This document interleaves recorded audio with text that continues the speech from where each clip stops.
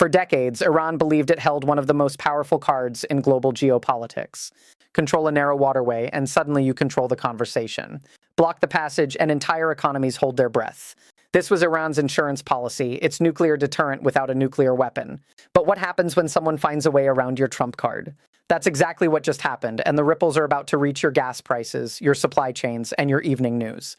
By the end of this video, you will understand exactly how a single infrastructure project rewrote the rules of Middle Eastern power, why Western policymakers are watching nervously, and what you should be tracking in the coming weeks as this story develops.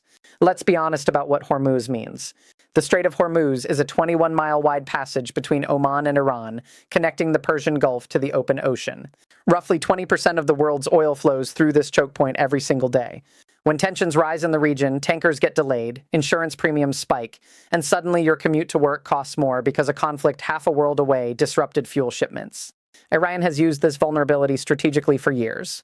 When sanctions tightened, when diplomatic negotiations stalled, when Iran wanted to send a message, it would quietly remind the world that its navy controls one of the most critical arteries of global commerce. The implied threat was always there. Push us too hard and we might just make your energy supply a little unpredictable. But here is what the world overlooked. Having leverage is only powerful as long as no one finds a workaround. And that is exactly what happened when construction crews finished laying rail tracks across Iran, connecting ports on its southern coast to railway networks stretching north toward the Caspian Sea. This 1,300-kilometer corridor, part of a larger infrastructure vision called the International North-South Transport Corridor, created a pathway for goods to move from India through Iran, across the Caspian Sea, through Azerbaijan and Russia, and eventually into Europe without ever touching Hormuz. Let that sink in for a moment. The very passage Iran used as its leverage became less critical, not because of military confrontation, not because of diplomatic pressure, but because of concrete, steel, and geography. Why does this matter so much? Because for years, Iranian strategists operated from a position of geographical invincibility. They reasoned that any military strike against their nuclear facilities would trigger retaliation in the strait. Western powers, despite their military superiority, had to calculate whether disrupting 20% of global oil shipments was worth whatever tactical gains they might achieve. That equation made Iran untouchable in a very specific way. You could sanction them, you could negotiate with them, but you could not easily coerce them through military means, because the collateral damage to the global economy would be catastrophic. Iranian leadership understood this math intimately. Every time tensions escalated, they would hint at disrupting the strait, and suddenly American diplomats would soften their language. European negotiators would propose compromises, and Israeli military planners would hesitate before recommending strike options. But what happens when the strait matters less? What happens when the bottleneck becomes optional? The entire strategic calculus shifts. Iran still controls the passage, still has the navy position there, still can create problems for ships transiting the waterway. But the leverage diminished the moment cargo could move around it. This is not about the corridor replacing Hormuz completely. The strait still carries the majority of Persian Gulf oil exports, and it will for decades. What changed is the elasticity of that leverage. Before, blocking Hormuz meant strangling the economy. Now, it means creating inconvenience, raising costs, triggering a response. The stranglehold became a chokehold, and there is a difference. Let me walk you through what this corridor actually looks like on the ground. The route connects Iran's rail network at Kazvin to the Caspian seaport of Rasht, then crosses into Azerbaijan via the new Rasht-Astara railway link.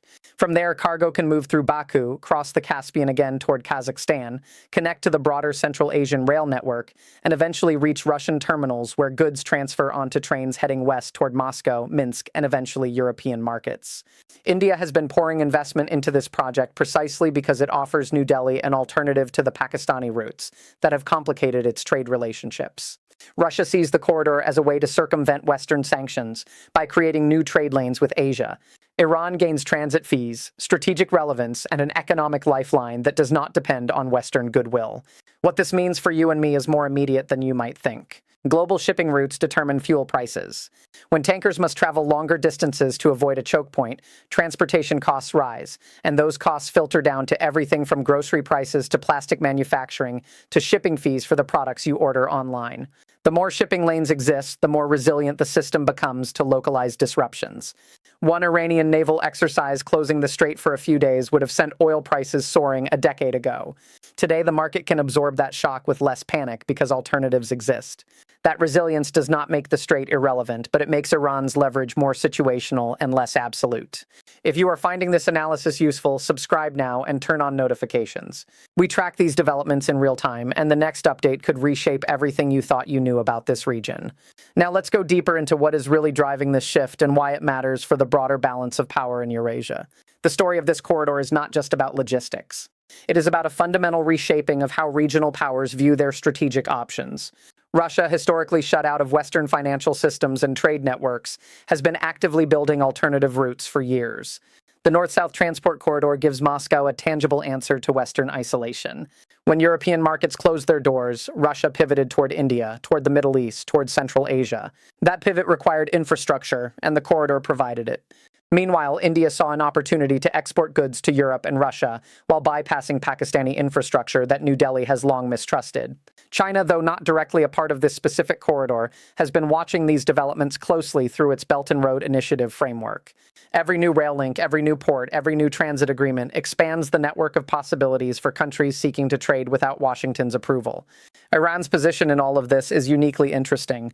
For years, Iran was the regional pariah, the country under sanctions, the regime that everyone wanted to contain.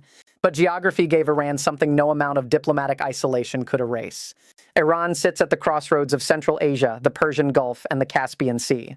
That geography became vastly more valuable the moment corridors started connecting those regions. Iran went from being a country the world wanted to isolate to a country the world needed to work with simply to keep goods flowing. This is a profound shift in Tehran's strategic standing, and it happened without a single shot being fired, without any diplomatic breakthrough, without any rollback of sanctions. It happened through geography and infrastructure. But here is what no one in the mainstream conversation is talking about. This corridor also creates new vulnerabilities, new dependencies, and new forms of influence that could come back to haunt everyone involved. When you create a corridor that runs through multiple countries, you create a chain where the weakness of any single link can disrupt the entire system. Azerbaijan has complicated relationships with Armenia, and those tensions could spill into transit disruptions. Russia remains under heavy sanctions, and any escalation in Ukraine could trigger secondary sanctions that affect corridor operations. Iran still faces significant international restrictions, and the corridor's viability depends on those restrictions not tightening further. The corridor does not eliminate geopolitical risk. It redistributes it along a longer, more complex chain. Think of it like rerouting a river. You did not remove the water. You just gave it a different path. But now there are more dams, more flood zones, more points where the flow could be interrupted. That is the reality of this infrastructure shift. It is real, it matters, but it is not a magic bullet for anyone involved. It is a new layer of complexity added to an already complicated geopolitical landscape. Do you see how these strategic moves always create new chessboards? Every solution generates new problems. Every leverage point creates new dependencies. That is the nature of great power competition, and understanding it is what separates informed citizens from confused observers. Let's talk about the numbers, because they tell a story that words alone cannot convey. The International North-South Transport Corridor currently moves roughly 15 to 20 million tons of cargo annually. That sounds like a lot, and it is growing, but compare it to the 1.7 billion tons of goods that move through Hormuz every year. The corridor handles barely 1% of what the strait handles. Yet the strategic significance far exceeds that 1% figure.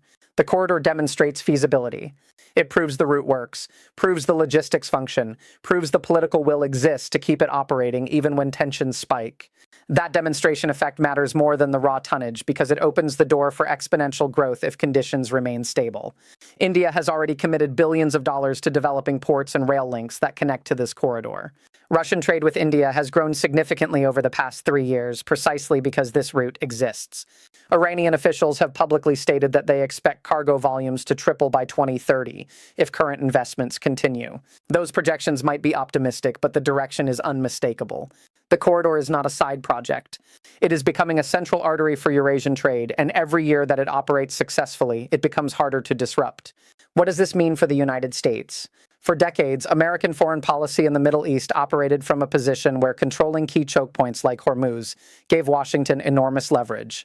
Sail your navy through the strait, stage your forces nearby, and suddenly you had influence over how countries in the region conducted their affairs. That influence did not disappear, but it became less decisive the moment alternatives emerged. The United States still matters enormously in the Persian Gulf. The American Navy still projects power across those waters, and American military commitments still shape how allies in the region behave. But the strategic logic shifted. Other countries no longer need American cooperation to move goods through the region, if they can route those goods around the choke point. That decoupling, however partial, represents a subtle but significant change in the global order. Share your perspective in the comments below. Do you think this shift in strategic leverage will force Western powers to reconsider their Middle East policies? Your insights help us all see angles we might be missing. While you are thinking about that, consider this next piece of the puzzle. What happens when this corridor grows large enough that disrupting it becomes as strategically significant as disrupting Hormuz itself? The answer is that Iran gains a new form of leverage precisely by being a transit country, rather than a shipping terminus. Right now, Iran earns money from transit fees, from storing goods, from providing logistical services along the route. That economic relationship creates incentives for stability, for cooperation, for Iran to keep the corridor operating smoothly, even when other parts of its relationship with the international community deteriorate. But it also creates new pressure points. What happens when a rival power offers Iran more money to restrict access? What happens when internal political dynamics in Tehran lead to decisions that disrupt the flow? The corridor gives Iran leverage, but it also gives Iran vulnerabilities that did not exist before. Here's the scenario that keeps strategic analysts awake at night. Imagine that in 3 years, the corridor is handling 50 million tons of cargo annually. Indian manufacturers rely on it for shipping to Europe. Russian exporters depend on it for reaching Asian markets. Central Asian countries use it as their primary connection to the global trading system. At that point, the corridor becomes too important to ignore, too valuable to disrupt, and too central to the functioning of multiple regional economies. Who controls that corridor? Not just Iran, obviously. Azerbaijan controls a critical link. Russia controls access to the northern terminus. India has invested billions in the ports that feed cargo into the system. The ownership of this infrastructure is distributed across multiple nations, which means the political dynamics become exponentially more complex. No single country can flip a switch and shut the system down, but no single country can keep it running without the cooperation of others. This distributed control is both the corridor's strength and its Achilles heel. It is the strength because it makes the system resilient against any single actor's bad decisions. It is the Achilles heel because coordinating maintenance, expansion, and security becomes a negotiation among dozens of different political interests. Remember when we talked about how geography gave Iran leverage through Hormuz? Now imagine that leverage distributed across 5 or 6 countries, each with its own agenda, its own relationship with Washington, its own relationship with Moscow, its own domestic pressures. The corridor becomes a diplomatic battlefield rather than a strategic weapon. What can you watch for in the coming weeks and months as this story develops? Here are 3 specific indicators. First, track cargo volume statistics released by Iranian, Azerbaijani, and Russian rail authorities. Growing numbers indicate the corridor is becoming more established. Stagnant or declining numbers might signal political friction or economic headwinds. Second, watch for new financing announcements from India or European countries for corridor infrastructure. Continued investment means the corridor has buy-in from major global players. Third, monitor statements from American officials about Middle East security commitments. Any shift in rhetoric, any hint of recalibration, any mention of new partnerships in the region might indicate that Washington is responding to the changed strategic landscape. The bottom line is this. The days when a single choke point like Hormuz could dictate global energy politics are numbered, not because the strait became irrelevant, but because the world's economy learned to work around it. That learning process created new winners, new losers, new dependencies, and new forms of competition that will define the coming decade. Iran thought its geography made it untouchable, and for a long time that belief was correct. But infrastructure has a way of changing geography's meaning. The route that now spans 1,300 kilometers across Iran is more than a trade corridor. It is the physical manifestation of a world learning to function without single points of control. Whether that world becomes more stable or more chaotic depends entirely on how the countries involved manage the new responsibilities that come with their new positions. The question is not whether this corridor will matter. It already matters. The question is whether humanity will build the diplomatic frameworks, the security arrangements, and the cooperative mechanisms needed to manage these new flows of trade and influence before they become sources of conflict rather than cooperation. That question will be answered in boardrooms and government ministries, in port terminals and rail yards, and in the choices made by leaders you will never meet, but whose decisions will touch your life in ways you might not even realize. If you found this breakdown valuable, subscribe for our next deep dive. We are already tracking the next major development in this story, and it could change the entire regional landscape in ways that will make today's video look like a preview. Stay alert, stay informed, and remember that understanding the world is the first step toward navigating it successfully.